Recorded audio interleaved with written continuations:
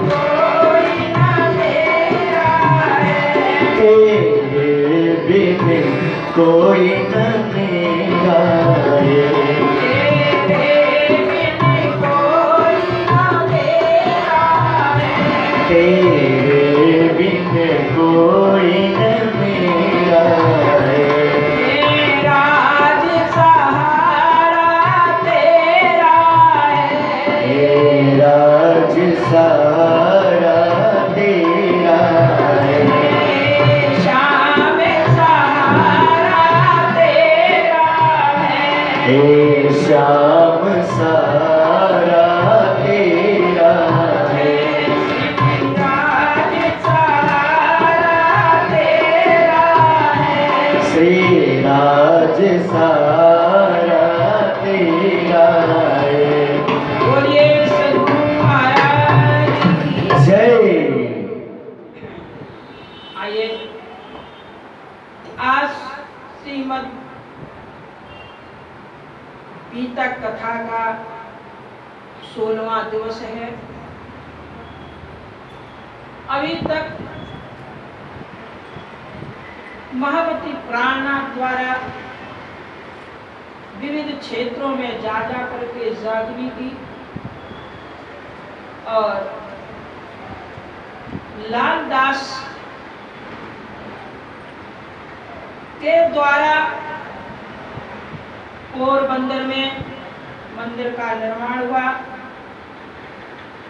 और सूरत में आकर के महामती प्राणनाथ जी के चरणों में आए।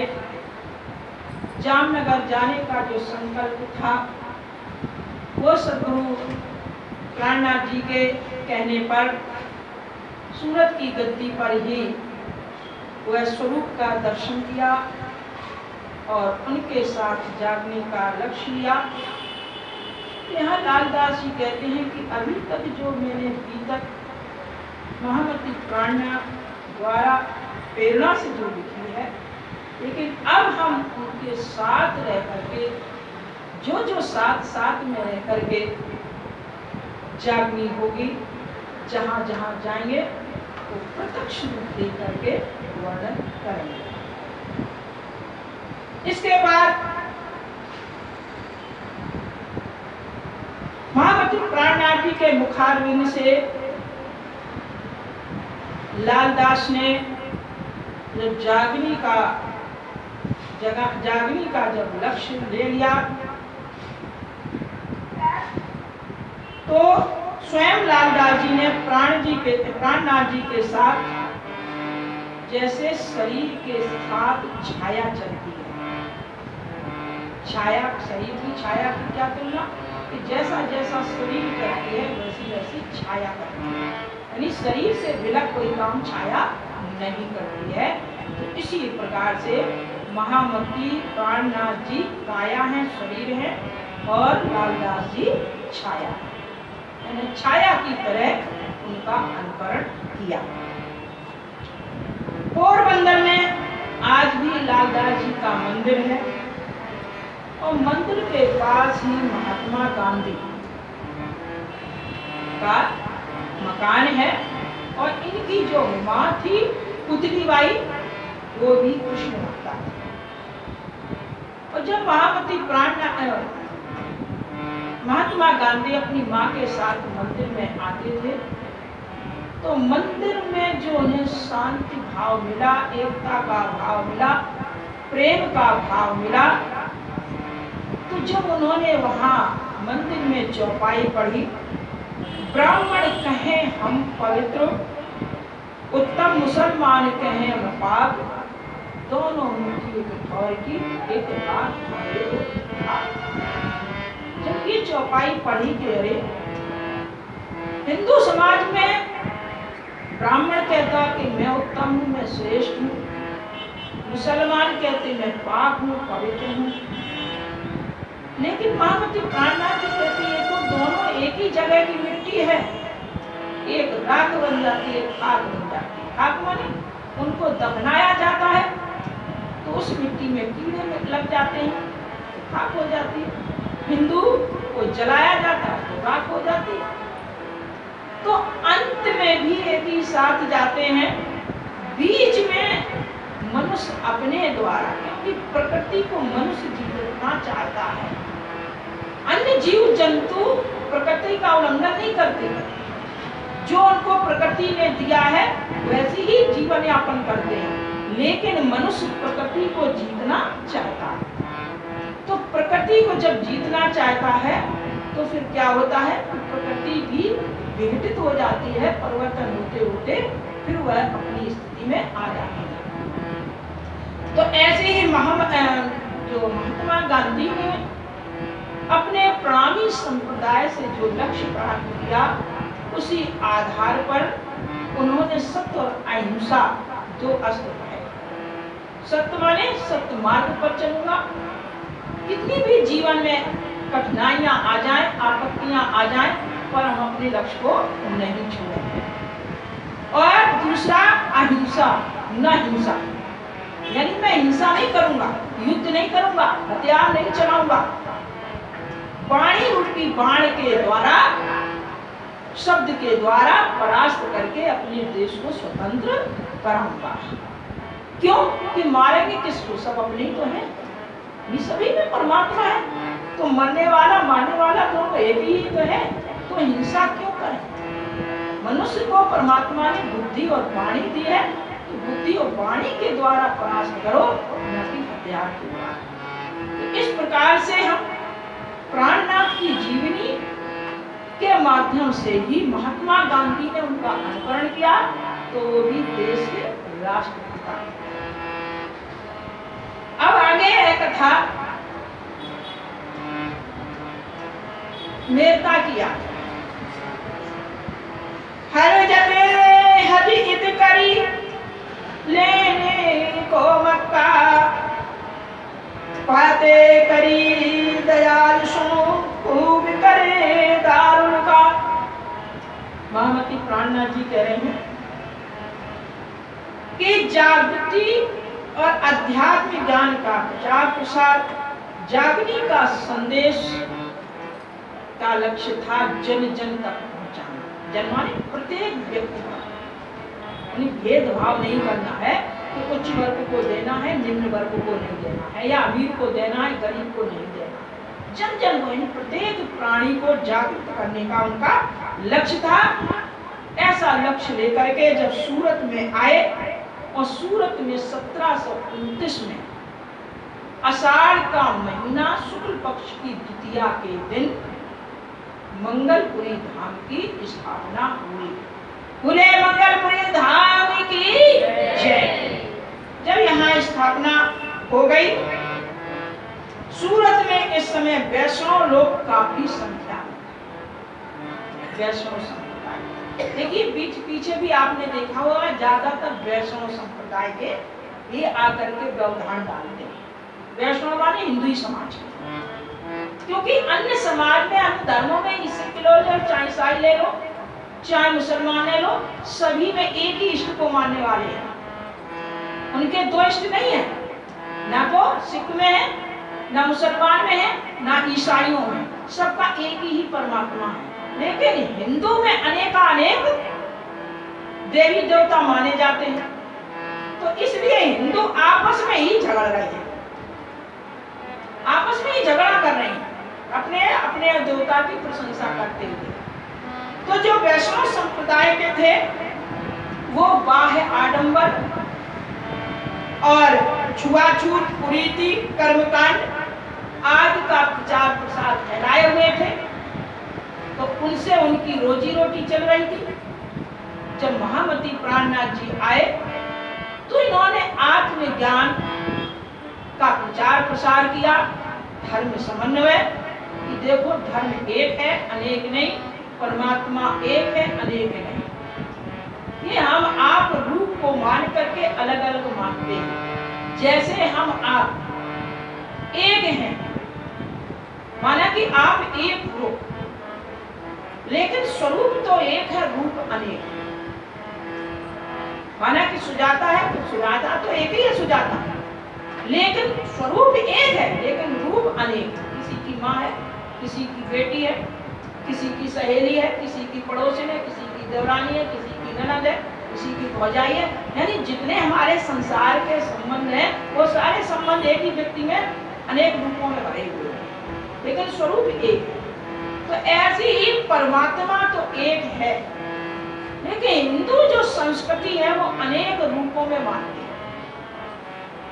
कोई परमात्मा को किसी रूप में, कोई पिता के रूप में, कोई पति के रूप में, कोई मित्र के रूप में, कोई शत्रु के रूप में, कोई स्वामी के रूप में, अनेक रूप से मानता है। वही विवाह है।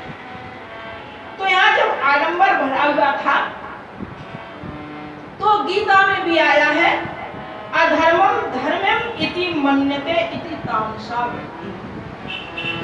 जो तामसी प्रवृत्ति के लोग होते हैं वो जो है क्या करते हैं, अधर्म धर्म को करते तो हैं कि हम धर्म कर रहे हैं, लेकिन धर्म ना करके वो अधर्म करते हैं। अधर्म 5 प्रकार का होता है। विधर्मा परधर्मस्यो आभासु कुमाक्षरो अधर्म शाखा पंचमे मा धर्मज्ञो अधर्म विदितजेत। कृष्ण कह रहे हैं अर्जुन से कि अरे अर्जुन, अधर्म 5 प्रकार का होता है। पहला एक अधर्म है जो बुद्धि से कार्य करते हैं, करते तो धर्म है कि हम धर्म कर रहे हैं, उनकी बुद्धि में यही छाप है कि हम धर्म कर रहे हैं, लेकिन होता अधर्म है। वो कैसे? जैसे पशु बलि, नर बलि आदि है कि भाई बहुत से उसमें क्षेत्रीय पूजा होती है कि हमें आषाढ़ में बुकरा की बलि चढ़ाई जाती है या फलाने की बलि चढ़ाई जाती है। तो ये देवी देवता तो अमूक हैं, अमूक माने न बोलने वाले, उनके सामने कुछ भी करते रहो, क्या वो बोलेंगे? लेकिन तुम्हें तो परमात्मा ने बुद्धि दी है, चेतना दी है, तुम तो सोचो कि किसी जीव का हतन करके कोई देवता खुश होगा? तो इस प्रकार का किया हुआ अधर्म है। करते तो धर्म है कि हमने यज्ञ में पशु बलि चढ़ाई, लेकिन वो अधर्म होता है। किसी के जीव का हतन करके कोई भी देवी देवता प्रसन्न नहीं होता है। दूसरा है आभास धर्म। किसी ने प्रमाण दिया, उसे मान लिया, इसको आभास धर्म कहते। आभास हो जाना। जैसे सन्यासी बन गए और सन्यासी बनने के बाद प्रचार प्रसार करने लगे और उनकी जो इंद्रियां हैं, ज्ञान इंद्रियों को उन्होंने बस में नहीं कर पाया, इधर उधर ताकने लगे। तो जब इस तरह से ताकने लगे तो कुछ लोगों ने संदेश दिया कि भाई इस तरह का व्यवहार करने से, सन्यासी बनने से कोई फायदा नहीं है, इसलिए तो ग्रस्त में हो जाओ, गृहस्थी पाल लो तो ज्यादा बढ़िया। भाई कैसे है कि योगी अगर भोगी बन के योगी बनोगे तो कभी रोगी नहीं होगे। ऋषि मुनि हुए हैं, कौन नहीं भोगी थे? किसकी गृहस्थी नहीं थी? ब्रह्मा की नहीं थी कि विष्णु की नहीं थी कि महेश की नहीं थी, है कि विश्वामित्र की नहीं थी कि वशिष्ठ की नहीं थी? किसकी नहीं थी गृहस्थी? तो क्या गृहस्थी में रह के फिर परमात्मा की भक्ति नहीं होती है? जो भोगी बन के योगी बनेगा वो कभी रोगी नहीं होगा। तो कहा कि भाई सन्यासी बनने से कोई फायदा नहीं है, इस चंचलता को रोकने के लिए गृहस्थ धर्म अपना लो। तो वो सन्यास को छोड़ करके गृहस्थ में फंस जाते हैं। इसको कहते आभास धर्म। में आभास धर्म यानी धर्म अपना करके सन्यास को करके फिर गृहस्थ में आ गए, इसका कहते हैं आभास धर्म। तीसरा है उपमा धर्म। उपमा धर्म क्या है? उपमा दे दो कि भाई आप तांत्रिकता के बल तांत्रिक बनना चाहते हो तो कन्या की बलि चढ़ाओगे या मरघट पे जाकर के किसी व्यक्ति को जिंदा करके उसको तांत्रिक बल से जिंदा करो, फिर उसकी कलेजी ले करके तभी आप सिद्ध हो सकते हो। तो अपनी उस सिद्धि के लिए, स्वार्थ सिद्धि के लिए, दूसरों को चमत्कार करने के लिए जो दूसरे का हवन कर देता है, कन्या की बलि दे देता है, इस प्रकार का किया हुआ धर्म उपमा धर्म होता है। यानी ये धर्म का काम नहीं है कि किसी का हवन करके फिर तांत्रिक चमत्कार दिखाओ, तो वो धर्म नहीं है, वो अधर्म है। इसके बाद है 5वां छल धर्म।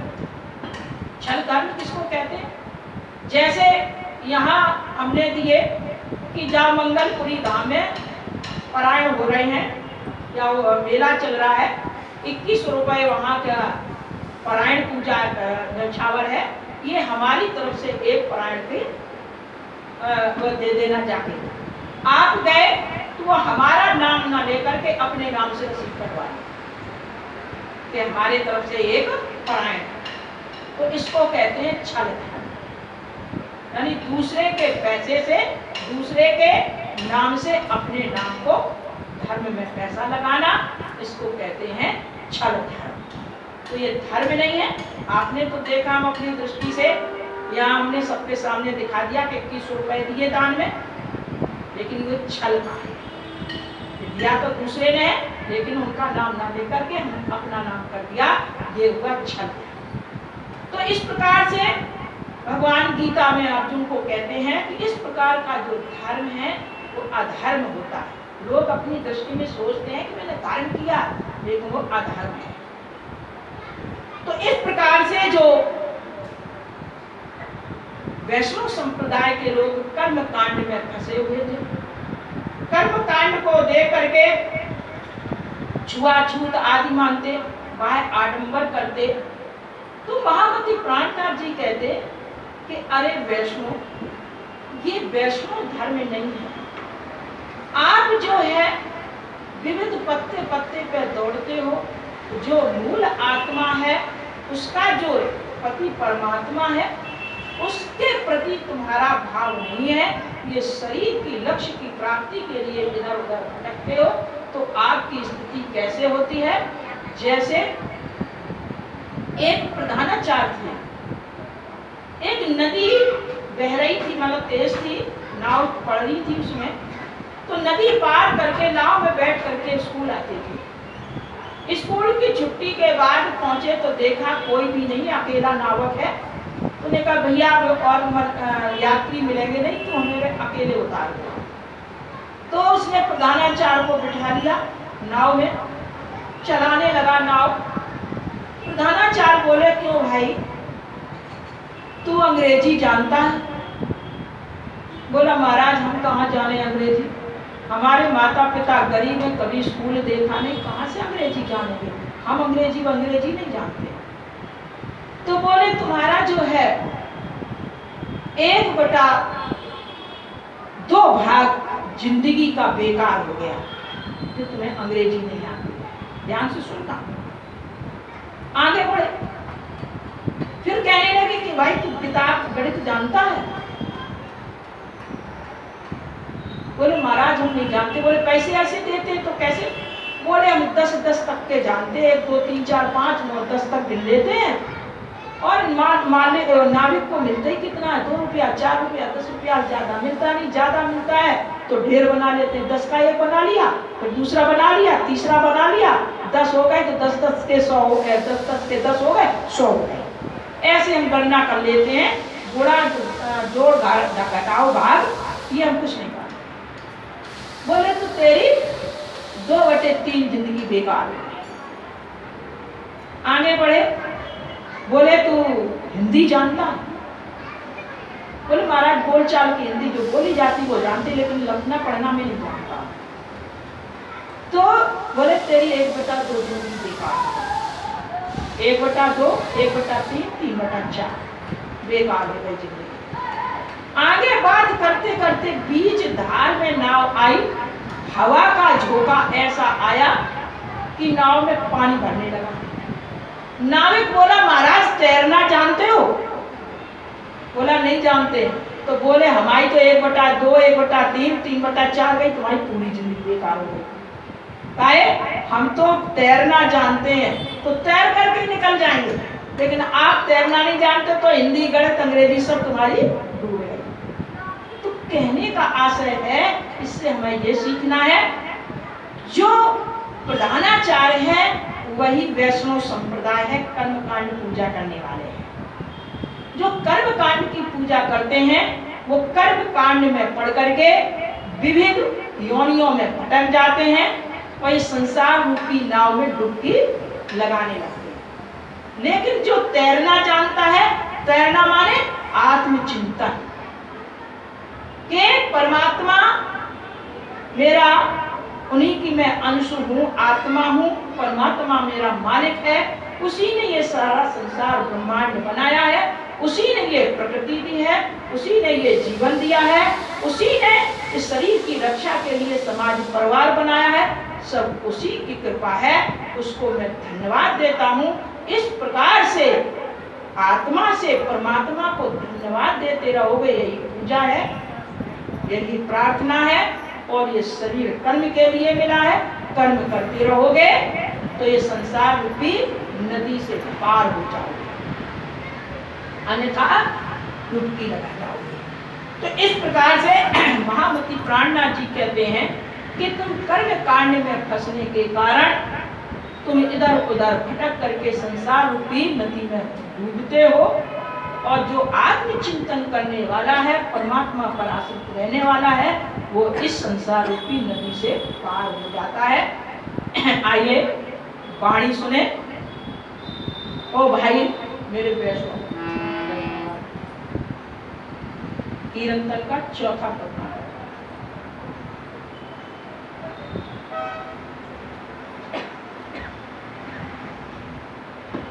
पहले से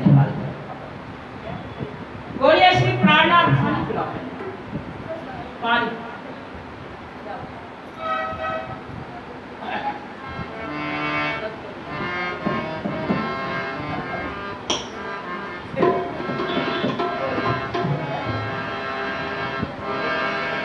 ओ भाई मेरे वैष्णव कैवा, ओ भाई मेरे वैष्णव कैवा को निर्मल जाकिया तो नीचे कर्म के निकट न जाए, नीचे कर्म के निकट न जाए, जाए पहचान भाई पार ब्रह्म सो हो। भाई मेरे वैष्णव कैवा, ओ भाई मेरे वैष्णव कैवा तो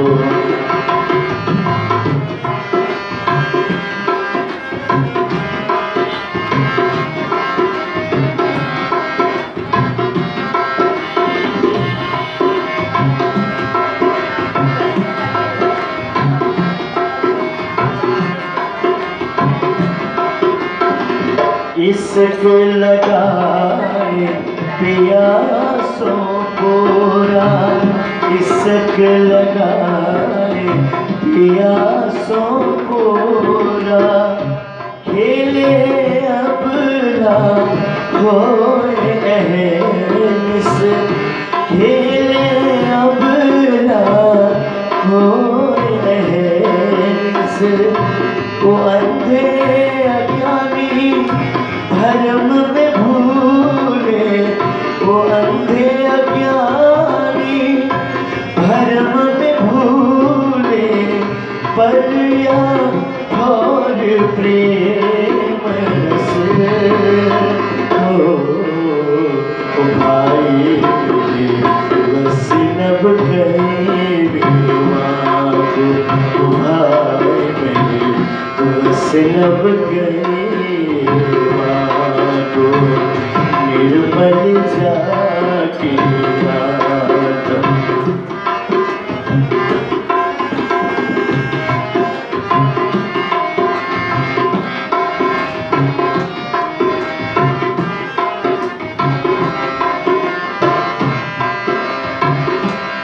जब आत्म दृष्टि जुड़ी पर आत्म, जब आत्म दृष्टि जुड़ी पर आत्म, तब भयो आत्म भेद,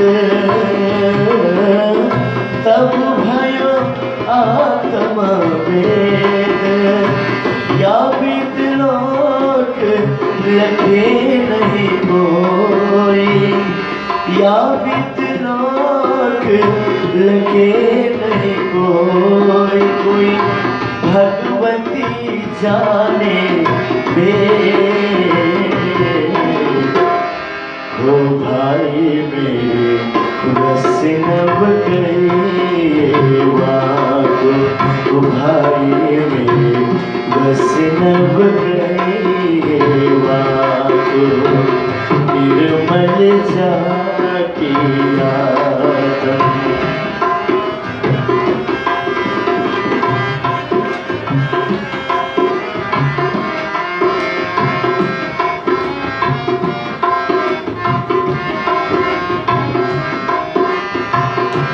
ऐनिस आबिस अडवांग में ऐनिस आबिस वडांग में जैसे मद चाहो महामत वाको आस और न उपजे तृष्णा वाको आस और ना उपजे तृष्णा वह एक सोएग चेत ओ भाई मेरे वैष्णव गए वाको निर्मल जाके आदम निज कर्म के निकट न जावे निज कर्म के निकट न जावे जाए पहचान भाई पार ब्रह्म सो हो भाई मेरे वैष्णव गए वाको ओ भाई मेरे वैष्णव गए वाको ओ भाई मेरे वैष्णव गए वाको। बोलिए सतगुरु महाराज की जय। तो महामती प्राणनाथ जी कह रहे हैं कि अरे आप वैष्णव संप्रदाय के हैं, तो वैष्णव संप्रदाय का लक्ष्य क्या है? तो कह रहे हैं ओ भाई मेरे वैष्णव कहिए वाको निर्मल जाति का जिसकी आत्मा में पवित्रता। देखिए पवित्रता से परमात्मा रिझता है। हम आप बाहरी पूजा कितनी भी करें परंतु अंतरात्मा में मैल है, कपट है, छल है, द्वेष है, ईर्षा भाव अगर भरा है, ऊपर से आप कितने भी पवित्र रहो तो परमात्मा उसको नहीं मिलता है। परमात्मा पवित्रता से मिलता है, इसका प्रत्यक्ष प्रमाण है। हमारे आगरी में इसौली के पास एक गांव में वृद्धा थी, उसकी 6 बेटियां थी, यानी बेटा की बेटी। उनका काम क्या था? खेती ज्यादा नहीं थी। गांव में क्या करते हैं, ऐसी वो डाल देते ना कपड़े की झोली सी बना के, और खेतों में से घास ले के आते हैं तो उसमें डालते जाते हैं। तो उनकी क्या आदत थी लड़कियों की कि किसी के खेत में घुसी, गेहूं चना जो भी फसल है उसको काट लिया और झोली में डाल दिया। तो उसकी जो दादी थी वो बहुत मना करती थी कि देखो तुम ऐसा मत किया करो, ये अच्छी बात नहीं है, खेत वाला नहीं देख रहा परमात्मा तो देखता है, ये काम करना गंदी बात है। इस तरह से समझाती थी। एक बार हुआ क्या, वो दादी से कहती तो दादी मैं तो सास बहुमन की तो जन्म से चली आई, तो दादी पे वो सास पे बहुत गुस्सा होती। एक बार क्या हुआ, ऐसे खेत में देख लिया खेत वाले ने की झोली दिखाओ, उसने इतनी कह दी देखो मना करते रहे हमेशा, आज पकड़ गए। उसने माँ से कह दिया कि माँ आज दादी ने ऐसे पकड़ा दिया खेत वाले ने, कहकर दादी माँ ने कहा, बहू ने गांव के बाहर छोटा सा कमरा था वहां डाल दिया, आज से तुम मेरी माँ नहीं हो, मैं तुम्हारी बहू नहीं हूँ, तुम जानो तुम्हारी बनाई जाना। यानी कहने का अर्थ वो कमरे में बताती 6 महीने तक जीवित रही, कभी कोई ना बेटी ना बहू कोई उस घर में नहीं गया। वो पास पड़ोस के चुप्पा चोरी से खाना दे आए, जो भी दे आए, तो बताए इतने 6 महीना में गंदी तो हो ही जाएगी, है ना, उठना बैठना नहाना कुछ नहीं। तो वो दुखी हो रही थी, तो उसने कहा हे प्रीतम, हे परमात्मा, हमें आप कौन सी सजा दे रहे हो? हमारे हृदय में तो पाप नहीं था, हमारा धर्म था बच्चों को रास्ते पर लाना, अधर्म से बचाना, पाप बच्चे करते थे तो हमने तो पकड़ाया नहीं, हम तो उन्हें अच्छे उपदेश देते थे, और इस पर भी तो हमें इतनी बड़ी आपने सजा दी है, तो प्रभु इस सजा का आप जानो, तुम्हारे अलावा मेरा कोई नहीं है। खूब सजा दे ली, अब तो हमें सजा ना दो प्रभु। तो भगवान ने उसको दर्शन दिया, प्रत्यक्ष बात है, मतलब ये झूठ बात नहीं, प्रत्यक्ष बात है। भगवान ने उसको दर्शन दिया तो उसने बताया कि हमारे भगवान रात में आए, इतना प्रकाश हुआ, रोशनी जैसे बिजली चमकती आकाश में, हमारी आंखें बंद हो गई उस प्रकाश को देख के, और जैसी आंखें हम खोलना चाहें प्रकाश की वजह से आंखें ना खोलें, और भगवान खड़े उसे कह रहे हैं बेटी रो मत, मैं तेरा हूं, जिसका कोई नहीं उसका मैं हूं। और कल 12 बजे रात्रि तक पंचके हैं, 12 बजे पंचक खत्म हो जाएंगी, 12:30 बजे मैं तुझे स्वयं लेने आऊंगा। कल 12:30 बजे रात्रि के मैं स्वयं लेने आऊंगा। ये बात कही, सवेरे बुढ़िया ने सबको बताई, जो आया सब मजाक बनाए उसकी, हैं बुढ़िया 6 महीना से तो बिस्तर से नहीं उठ रही है, वही ऐसी गंदगी में पड़ी रहती है, इसको भगवान दर्शन देंगे। तो जब दूसरे दिन 12:30 बजे घड़ी देखी कि 12:30 बजे बुढ़िया ने प्राण छोड़े और 12 बजे पंचके खत्म भई, तब सबको विश्वास हुआ। तो कहने का अर्थ क्या है कि जिसकी आत्मा पवित्र है, छल कपट नहीं है, द्वेष भाव नहीं है, और ऐसे आदमी को कितना भी कष्ट मिल जाए, लेकिन ऐसे आदमी को परमात्मा संग देता है। तो महापति प्राणनाथ जी कह रहे, अरे वैष्णव, ये तुम जो बाह्य आडंबर करते हो और छल कपट भाव रखते हो, जाति पात का भेद भाव रखते हो, इससे परमात्मा नहीं मिलता है। जो वैष्णव वश करे नव अंग, सो वैष्णव क्यों ना जगा। जो वैष्णव परमात्मा का चिंतन करने वाला है, एकाग्र भाव वाला है, तो ऐसे को जगाओ। तो पाखंडता से परमात्मा की प्राप्ति नहीं होती है। ऐसे नरसिंह जी कहते हैं, वैष्णव जनते तेने कहियो, जो पीड़ पराई जाए। वैष्णव किसको कहिए? जो दूसरे के दुख को समझे, दूसरे के दुख को समझे। सर्वे भवन्ति सुखिना सर्वे सन्तु निरामया सर्वे भद्राणि पश्यन्तु मां कश्चित् दुःख भाग भवेत्। ये भाव होना चाहिए, सर्वे भवन्ति सुखिना, सभी का भला हो, सभी सुखी हों, सभी निरोगी हों, और किसी को किसी भी प्रकार का कष्ट ना हुए, ये भाव रखो। जब कर भला तो होगा भला, जब सबका भला होगा तो सब में हमारा भी भला होगा। तो इस प्रकार के जो भाव रखने वाला है वो वैष्णव है। तो महामति प्राणनाथ जी कह रहे हैं कि अरे वैष्णवो, अंदर नाही निर्मल फेर फेर नहावे, बाहर कर दिखाए कोट, फेर तोय ना मिले करता। तू बार बार स्नान कर, और अंदर से तेरे मैल है, छल कपट है, तो ऐसे स्नान करने से बाहरी शरीर की पवित्रता से परमात्मा नहीं मिलेगा, परमात्मा आंतरिक पवित्रता से मिलता है। तो भाई ये नहीं है कि स्नान नहीं करना है। बाल्टी है, बाल्टी में गंगा जल रख दो, बाल्टी गंदी हो तो, अगर बाल्टी गंदी है, उसमें गंगा जल खूब भरा है, तो वो गंगा जल आप प्रयोग करोगे? क्यों? कि बाल्टी गंदी है। तो ये शरीर भी बाल्टी है, तो शरीर माने इस बाल्टी को भी पवित्र करना है, स्नान भी करना है।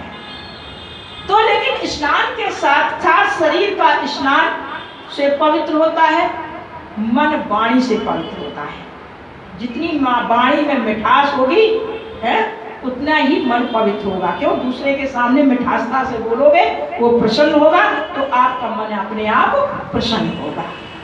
तो मन की पवित्रता वाणी से होती है, और ज्ञान से बुद्धि की पवित्रता होती है। जितना ज्ञान बढ़ेगा उतनी बुद्धि आपकी पवित्र होगी, और आत्मचिंतन से परमात्म चिंतन से आत्मा पवित्र होती है। तो ये हमें चारों चीजें, यानी तन को, मन को, बुद्धि को और आत्मा को पवित्रता के लिए हमें ये चारों चीजें करने हैं। स्नान भी करना है, और मधुर बोलना भी है, ज्ञान भी प्राप्त करना है और परमात्मा चिंतन भी करना है। तो इस प्रकार से महामती प्राणनाथ जी ने वैष्णवों को समझाया। फिर एक दिन जितने भी सुंदर साथ थे उनको बुला करके कहा कि भाई अब हमको जागनी करने हैं और जागने के लिए भ्रमण करना है, तो हमारे भ्रमण के साथ कौन कौन साथ चलेगा। ये बात कही तो सभी सुंदर साथ यानी 500 सुंदर साथ उनके साथ एकत्रित हो गए। बताइए 500 सुंदर साथ संग चलने को तैयार हो गए। प्राणनाथ जी महाराज की जो तेज कुमार बाई महारानी और गोवर्धन भट्ट, भीम भट्ट, नानजी भाई अपने परिवार को छोड़ करके, देखिए इसको कहते त्याग। यहाँ आप 2 घंटा परिवार छोड़ के सत्संग नहीं सुनने आ सकती हो, और ये लोग परिवार को छोड़ करके और अपने गुरु के साथ जागने के लिए निकल पड़े। त्याग करके तो देखो, तब फल की प्राप्ति होगी, तब परमात्मा की प्राप्ति होगी, ना कि त्याग भी ना हो, घर भी ना छूटे और भगवान भी मिल जाए। ये कैसे हो सकता है। इस प्रकार से नांग भाई का इन्होंने महामती प्राणनाथ जी ने गरीबदास नाम रखा, और श्याम भट्ट जिनकी जागनी सूरत में, श्याम भट्ट और भीम भट्ट थे जो वैष्णव वेदांती थे और महामती प्राणनाथ के शिष्य बन गए, तो ये भी उनके साथ चल दिए। और लालदास संग चले काली लेकर हाथ, निर्वाय आखिर लो चले श्री राज के साथ। ये जो लालदास हैं तो खाली हाथ चल दिए, उन्होंने तो कुछ लिए ही नहीं। और इनकी जो पत्नी थी लालबाई, वो बाईजूराज महारानी की सेवा के लिए साथ में चल गई। तो इस प्रकार से महामती प्राणनाथ जी सूरत से यात्रा करते हैं, सिद्धपुर तक जाते हैं। सिद्धपुर में बिंदु सरोवर है। वहां बिंदु सरोवर में 22 दिन तक रहे और वहां जागनी की, और फिर सिद्धपुर से आलमपुर चले। तो जहां वहां आगे चले तो वहां एक रेवादास, भगवान रेवादास थे, वो पंडा थे। वो जो पंडा है उनके पीछे पड़ गए, महामती प्राणनाथ जी के पीछे। तो जब पीछे पड़ गए तो पंडित को स्वभाव होता तीर्थों में जाओ ना, पंडा पीछे पड़ जाएंगे, यहाँ दान करो, वहां दान करो, ऐसा करो, वो करो, मतलब उनका स्वभाव होता है। तो जब वो पीछे पड़ गए, ते तीर्थ गुरु होय मिलिया कछु ना हुई खबर, एक मोहर दे विदा किया फिर लालच करी ऊपर। तो महामती ने सोचा कि ये तीर्थों के स्वामी होते, गुरु होते, तीर्थों की रक्षा करते हैं, यहाँ जो तीर्थ यात्री आते हैं उनको दान पुण्य कराते हैं, तो प्रमुख होते हैं, तो उनको एक मोहर दे दो, लौट जाओ। तो लोभ से लालच बुरी बलाई होती है, लोभ से बड़ा लालच है। तो लालच जब मिल जाता है तो और सोचते कि और मिलेंगे। तो उन्होंने सोचा कि 500 में से एक आदमी ने ये मोहर दे दी है, तो और हम पीछे चलते जाएंगे तो इन 500 में से और भी 2-4 मिल जाएंगे, तो पीछा करेंगे। जब पीछा करे रहे तो देखा कि अरे ये तो बहुत पीछा किए हुए हैं। इस प्रकार से रेवादास ने जब उनके पीछे पड़ गए तो गोवर्धन भट्ट थे, उन्होंने कहा कि भाई तुम इनसे भौतिक चीज क्यों मांग रहे हो, इनके पास तो आध्यात्मिक ज्ञान ब्रह्म विद्या है जिसके द्वारा आत्म कल्याण होगा, वो चीज मांगो, लालच में ना पड़ो। ये संसार की चीज है। लालच कितनी बुरी चीज है कि लोभ से चाहे आदमी बच जाए, लालच से नहीं बचता। जैसे एक भगवान शंकर का भक्त था, राजा थे, तो उसने सोची तपस्या की कि भगवान शंकर बहुत जल्दी खुश हो जाते हैं।